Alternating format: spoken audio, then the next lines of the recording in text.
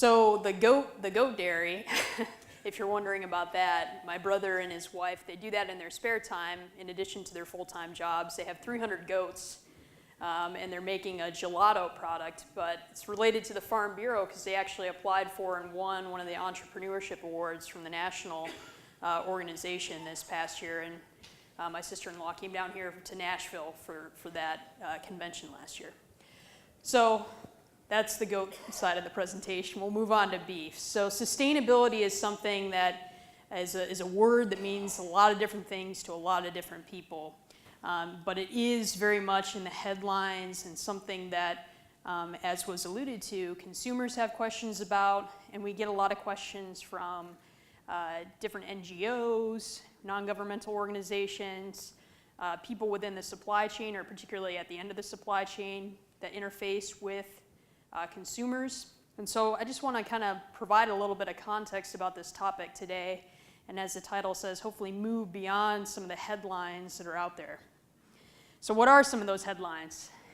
You guys can kind of see this on the screen. Unfortunately, the words got a little jumbled up, but really what matters is what some of those cutouts are, right? So you probably have heard about this WeWork issue. This is a company based in the Bay Area that rents out office space, and this company has said that they want to move away from reimbursing employees meals that have meat because they want to save the planet, okay? So they said this is a bigger impact than if our employees drove a hybrid car, would be cutting meat out of their diet. So we're not going to reimburse them for any of these meals. Some of the other headlines up there you all can see, and then in the bottom left-hand corner, to save meat and the earth, this is a cutout from this company called Impossible Foods. And so if you haven't heard of them, they're one of these groups that's making a so-called plant-based burger, right? Some of the other information of that on this slide.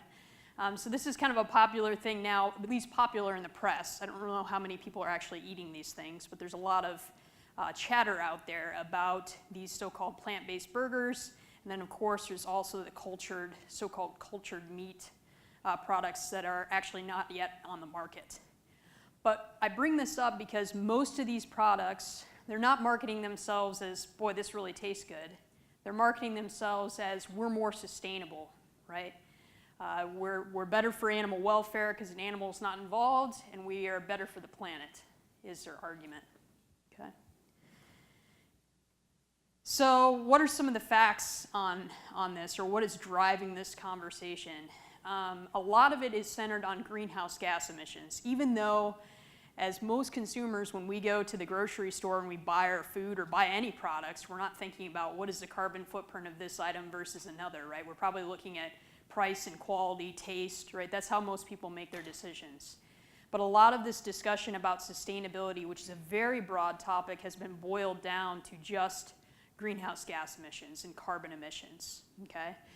So what's on the screen here is information from the UN Food and Ag organization looking at what are called carbon footprints or greenhouse gas emission intensities for different animal products, okay? And these are global averages.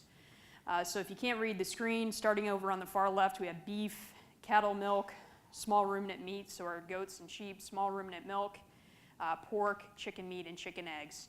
And so the size of these boxes are essentially related to how much variation there is in the carbon footprint, okay? And a couple of things to point out is, yes, beef does have a higher carbon footprint. And what we mean by that is all the carbon dioxide, which you probably have heard about as a greenhouse gas, methane, and nitrous oxide, which are two other greenhouse gases. We put them all on the same basis and we measure carbon footprints. So this makes a lot of sense as we'll go through, because cattle, they're ruminants, right? They're large ruminant animals that take a lot longer to get to slaughter as compared to a 6-week-old chicken, right? They're going to take more resources. And because cattle are ruminants, they naturally belch out methane every day, right, which is a greenhouse gas. So it's really just related to biology, the shape of these different box plots. The other thing is there's a lot of variation in beef, and we'll go over this a little bit more. The United States has one of the lowest carbon footprints in the world, okay? So we'd be actually off the chart, if you will, in terms of below that box. But there's a lot of variation, and so global numbers are sometimes used to relate to the United States, which is an inappropriate comparison, unfortunately, but that persists, that issue persists quite a bit. So the other argument that is made is that we eat too much meat, we eat too much beef, specifically, in the United States. So it's always good to look at what are the actual trends over time. So this chart is showing USDA ERS data in terms of meat availability per person per year. Okay, so that big red splotch on the bottom is beef. Okay, what's interesting is if you look at 1909 to today, we pretty much eat the same beef. We ate a little bit more in the 70s, but pretty much we're at the same amount of beef in the United States in terms of consumption per person. Total red meat is also about the same, right? So I bring this up, I won't go into nutrition and everything else, but sometimes people link beef to a lot of the obesity and diabetes issues that we have today. It's hard to make that connection if beef consumption has gone down, right, and the rates of those issues has gone up, right? It's really hard to say that we're causing that. Total meat consumption has gone up, and if you can't see what's driving that, that green area is actually chicken availability. So chicken consumption in the United States has grown a lot. As the title on the slide shows, right, we eat 500% more chicken today as we did in 1909. We actually eat, of course, more chicken than we eat beef in the country today per person. This issue also comes up a lot, sustainability does, because we have a growing world population, right? You all in this room are quite familiar with those statistics that by 2050, we're gonna hit probably about 9.8 billion people on planet Earth, right? So we're gonna add 2 billion people in the next 32 years. Those people, most of them in developing countries that are growing the fastest, they're also growing in their income. And one of the first things that people like to do is, when they get more money in their pocket, is improve their diet, and that means eat more animal protein, right? So oftentimes when we talk about this, we just talk about animal protein demand altogether, but of course there's differences across the different animal proteins. And this is just more of a historical perspective of how per capita or per person consumption has changed. These are global averages. To me, it's always kind of surprising to see that bovine meat, beef, hasn't really changed that much over the last 50 years in the world. But pork and chicken are really exploding, right? And again, that kind of makes sense. Just a lot of these developing countries, it's cheaper to raise those animals, and so really that's been the driver in terms of increased consumption. So, as some of those headlines previously showed, right, a lot of this discussion about sustainability, again, it's about environmental impacts, but I would say it's also really just focused on what we could call social costs, right? All the negative things about livestock production. We don't really focus much on the social benefits side of it. And a lot of that is, of course, related to nutrition, again, especially in those developing countries, but in our own country as well, right? Animal source proteins are really nutrient-rich foods. And they're really key for development, growth, especially cognitive development for young kids. And there's an interesting theory out there now that the first 1,000 days of life, it really sets people up, all of us up, for success later in life. And this is very true, again, in a lot of these countries, especially in sub-Saharan Africa, where they don't have a lot of animal protein, and just adding a bit more to their diet could be transformational for a lot of those people. So that is one of the many social benefits that are usually ignored in most of these analyses. So with that setting it up, what I'll talk about in the next few sections is kind of some more of those things, those complexities of sustainability that are usually ignored in these analyses, and some of the things that we're working on with our research at NCBA to try to highlight more and put some actual data behind some of this. So the first thing is what we like to call beef cattle's upcycling superpower, okay? I always kind of cringe a little bit as a scientist by using the word superpower, but it kind of hooks people's attention a lot more, right? So what do we mean by upcycling? So you've heard of recycling, right? Taking something and making something of equivalent value. Upcycling is taking something of little or no value and making a higher value product for people. And really when we think about what cattle do, especially what really all animals do in our food system, but especially ruminant animals, they take human inedible plants and they make a super high quality protein from it, right? They upgrade plant proteins especially. So when we think about the flow of how that works, of course, what cattle are doing is taking energy from the sun, that's locked up in plants that are mostly, again, human and edible, and transforming it into protein, iron, zinc, right? A nutrient-dense package that is beef. Plus all the ancillary products that we get from cattle, right? Leather, pharmaceuticals, all those other things that are also usually ignored in these analyses of beef's environmental impact. So what often surprises people, especially when I give these type of presentations to more urban audiences, people that are not familiar with agriculture, is they have in their mind this idea that grain-finished beef, these cattle are just tanking up on corn their entire life, okay? And obviously we know the life cycle of beef production in the United States, regardless of how they're finished, most of their life is spent on grass or eating forage in the United States. So when we look at the entire life cycle intake of cattle, 80% of what they eat is forage, okay? Only 9 or 10% is actually corn grain, and that lasts 4 to 6 months of finishing usually, right? Another 10% are all the byproduct feeds that we feed cattle, and this is another key thing for sustainability and this whole upcycling idea. If we think about all the byproducts that we use, whether it's cottonseed from cotton production, right, all the essentially leftovers from human food production, right, from milling wheat midds that we feed back to cattle, all these different examples, we're actually enhancing the sustainability, if you will, of other industries by using their waste products and running it through animals, right, and adding value. So again, that's a really key aspect of the value that beef cattle bring to our food system. What's also interesting is if we think about feed conversion efficiency from this standpoint of upcycling, the most efficient species can kind of flip-flop, if you will, okay? So I'll walk you through a little bit what this is. So up on the upper left, what we have here, this is information from our life cycle assessment of U.S. beef, where we've looked at all the regions across the United States, figured out what the different feedstuffs cattle eat are, and how much feed it takes in their entire life cycle, right? So again, this is a life cycle number, not if you were looking at that and said, boy, that's a terrible feed to gain ratio in a feedlot, right? So this is the whole life cycle, taking into account cow, calf, and everything. Versus chickens versus pork. So on the left-hand side, we have essentially dry matter conversion, right? How many pounds of dry matter does it take to make a pound of live weight gain in the animals? And of course, chickens and pigs have an advantage there because they're monogastrics. They don't have to feed the rumen, right, as well. However, if we consider how much of that dry matter is actually human edible material, and by that I mean mainly the corn and soy that we feed livestock, right? I don't really want to eat corn and soy. I'd rather eat bacon and eggs, right? Or I really don't want to eat field corn, but if we had to, we could, right? So we consider that human edible. So in the middle there, that's actually quite interestingly, almost equivalent across those different species, right? How much human edible material it takes to make live weight gain is pretty comparable across all three species. If we take it one step further and we think about protein conversion efficiency, and this is always kind of a little complicated, so to set this up, essentially we're saying how much protein is in the beef and what is the protein value of that beef, meaning of course, you and I, we don't just need to eat protein, we need to eat essential amino acids, right? The building blocks of protein. And in animal protein, we have all of our essential amino acids in it. That's why that's a better protein than plant proteins. And they're more available to us when we eat them, right? They're more digestible.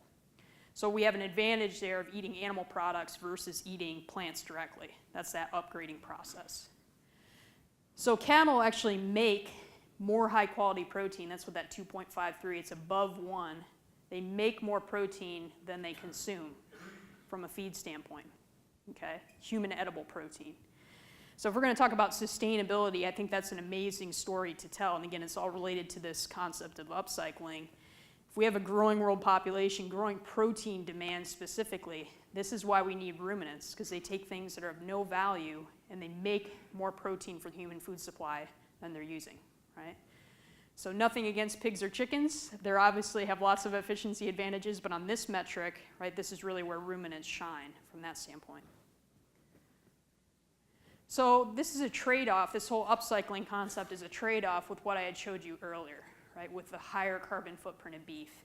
And I put this up here because really what is driving that is the fact that cattle naturally produce methane, right, gas in their stomach. So most of you all know, right, cattle, they're ruminants. They have that largest compartment called the rumen, the rumen of their stomach. It's got trillions of microorganisms. Some of them are called methanogens, and they generate methane. So about once a minute, cattle have to naturally remove that gas from their mouth. And this is always another one of those surprising things for most people is it's not cow farts, it's cow burps, right? And most news articles get that wrong.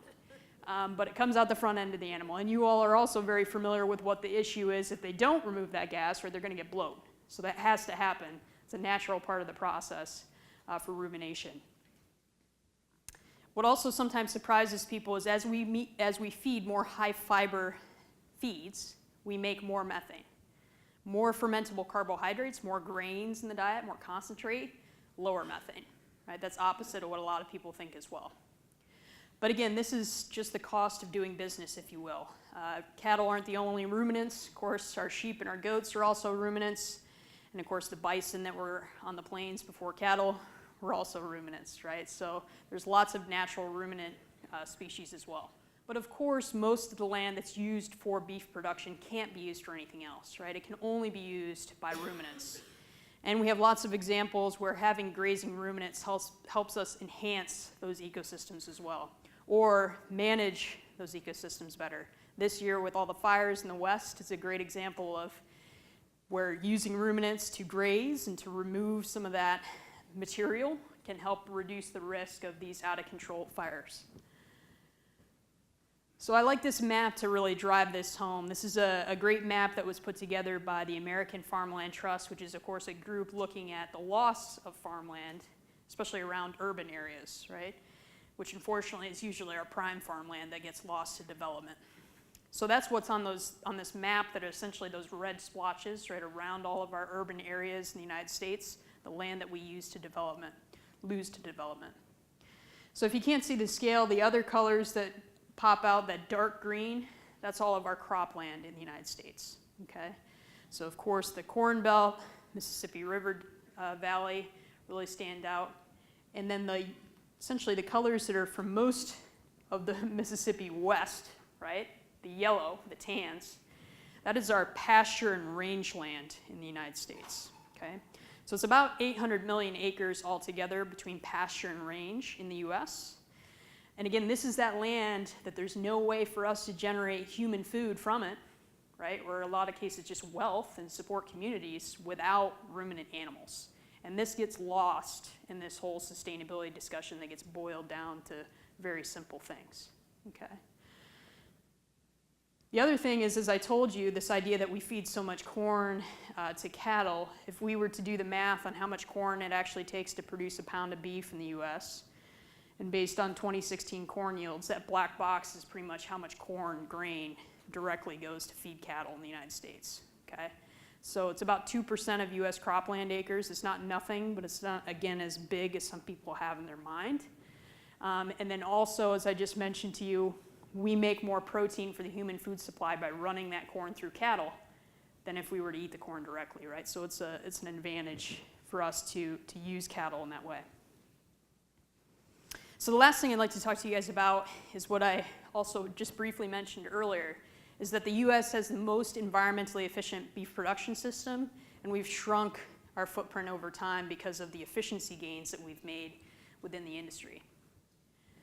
So just to drive this home, this is a map showing carbon footprints of beef across the entire world, okay? This is information from a Proceedings of the National Academies of Sciences paper that came out a few years ago. And the colors on the map are designated to how much carbon dioxide equivalent emissions come from beef per pound or per kilo of beef protein that's produced. So the darker green colors, like in the United States, North America, and in Europe, Western Europe, those are where we have lowest carbon footprints. If we were to go to like South America, where you kind of have that lighter green color, that's our intermediate carbon footprints.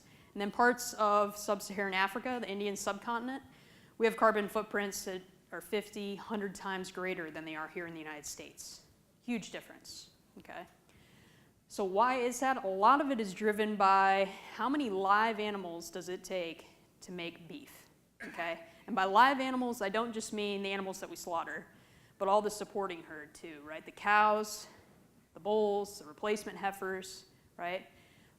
That's a measure of our efficiency. Essentially, you can think about things like reproduction, better genetics of animals, getting cattle bred on time, makes a huge difference from a standpoint of environmental impact. Makes a huge difference to your bottom line usually too, right? Those two things are related. So just as an example, the US, we're the biggest beef producer in the world. We produce about 26 billion pounds of beef, or we did last year. And we have a cattle herd altogether, January 1st last year, both beef and dairy cattle, of 94 million head in the United States.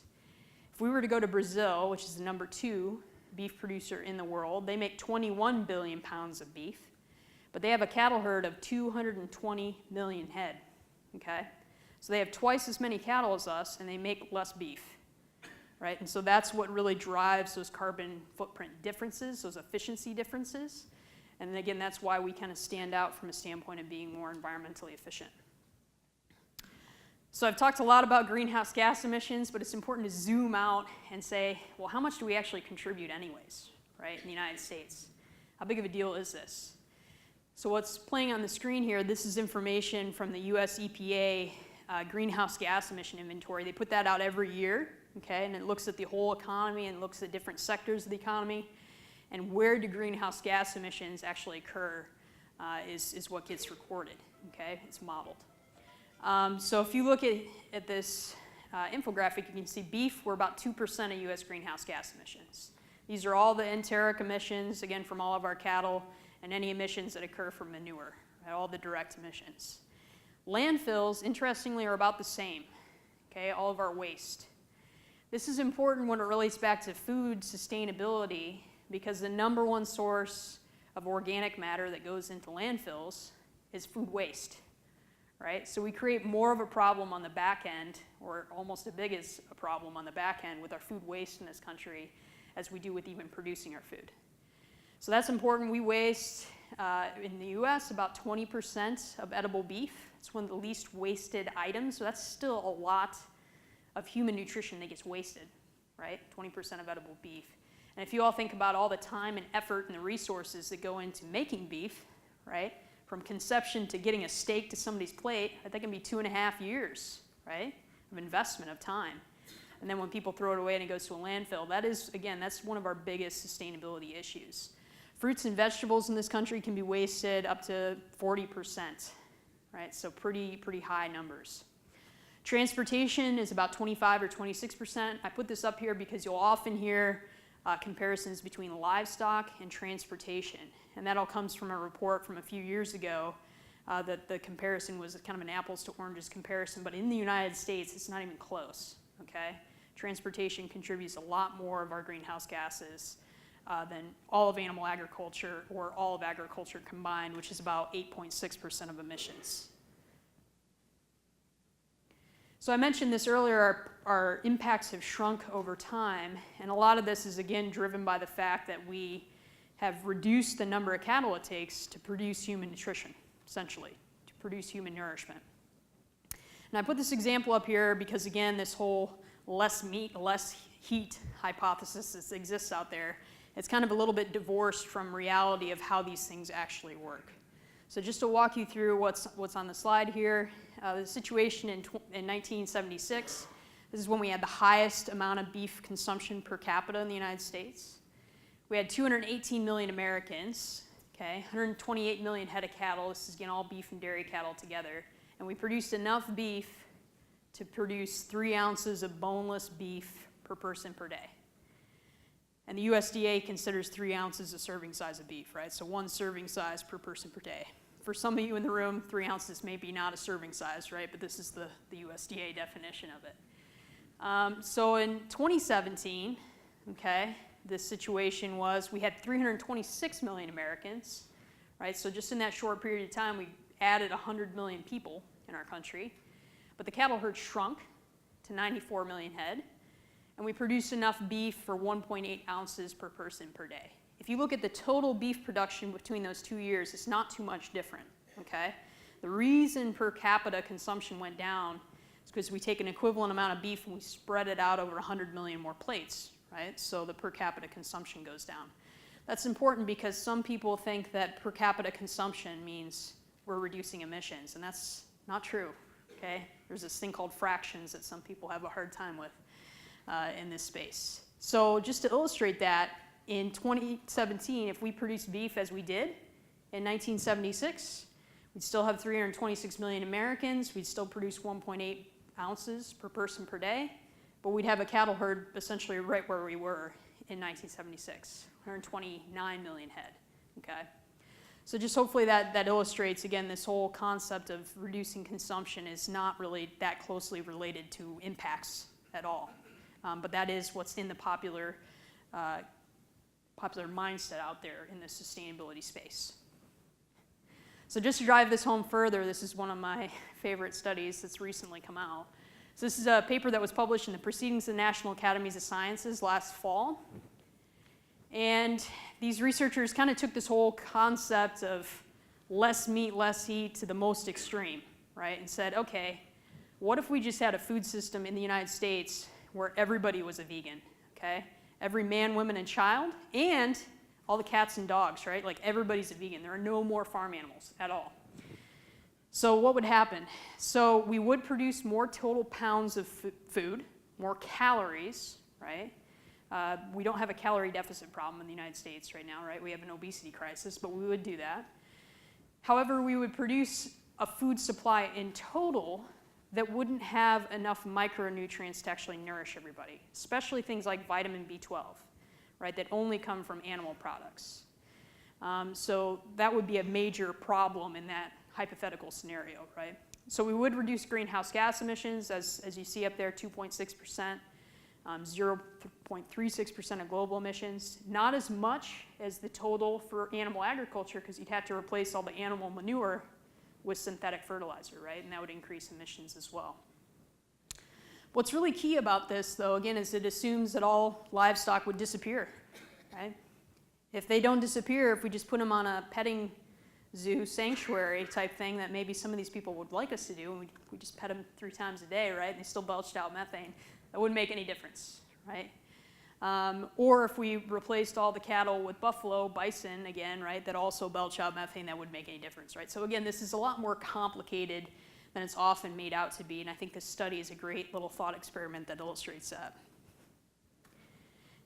So bringing this all back together, as we mentioned earlier, right, essentially plant agriculture and animal agriculture are intertwined. I'm not telling you guys anything new, but a lot of people out there don't really understand this. They don't understand that human food is related to animal agriculture, okay? And there's a neat study that came out that looked at this issue globally back in 1999 and said for every 100 pounds of human food that we get from crops, we make about 37 pounds of byproducts, right, that have to get disposed of in some way. Most of those get disposed of by feeding it to livestock of some kind, right? So I think that's important because what I put up here is the ingredient list of a couple of these plant-based burgers, right? And as you look through that list, you all will probably notice some of the ingredients are probably creating byproducts, right? So I think that's one of the great ironies of this whole thing is their plant-based burgers probably depend on our burgers to actually make them sustainable, right? We help take care of their waste products, if you will. So that's always a fun thing to point out. I'm sure they wouldn't appreciate that. So just to pull this together a little bit, a lot of this discussion about sustainability, especially as we're communicating to consumers, is just being straightforward with people and telling them what we do. They just want to know where their food comes from, right? People are removed from agriculture, and they just want to feel good about their purchasing decisions. We see that a lot with beef. People almost just want permission to buy beef, right? They've heard bad things about from a health perspective or sustainability. They just want to have those concerns allayed and then be able to enjoy the food that they like, right? So a lot of that's related to thinking about what we do maybe a little bit differently. So some food for thought when we think about what we do within the beef community, right? We already use a really cool technology to make meat from plants, right? It's a technology that's mobile without using fossil fuels. It produces a high-quality organic fertilizer that feeds the soil, and it self-replicates, right? It's an amazing technology, right? It's cattle. So if we're going to think about plant-based meats, maybe beef is the original plant-based meat, right, if we're going to think about that concept. So just to wrap up, what is sustainability? And Dr. Matlock will go through this a lot, maybe have a different diagram that visualizes this. We all have our favorites.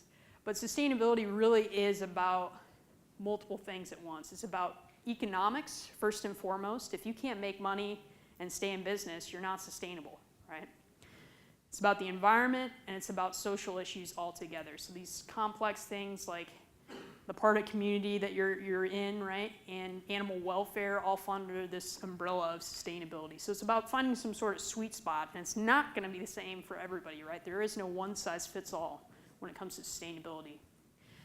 So how do we define it within the beef industry? We think about safe, nutritious, high-quality beef production while balancing economic viability, environmental stewardship, and social responsibility. So I really focused in on this environmental piece, but the economics and social piece is really critical as well.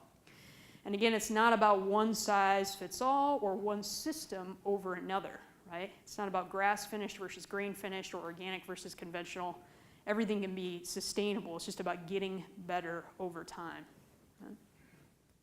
So with that, thank you very much for your attention.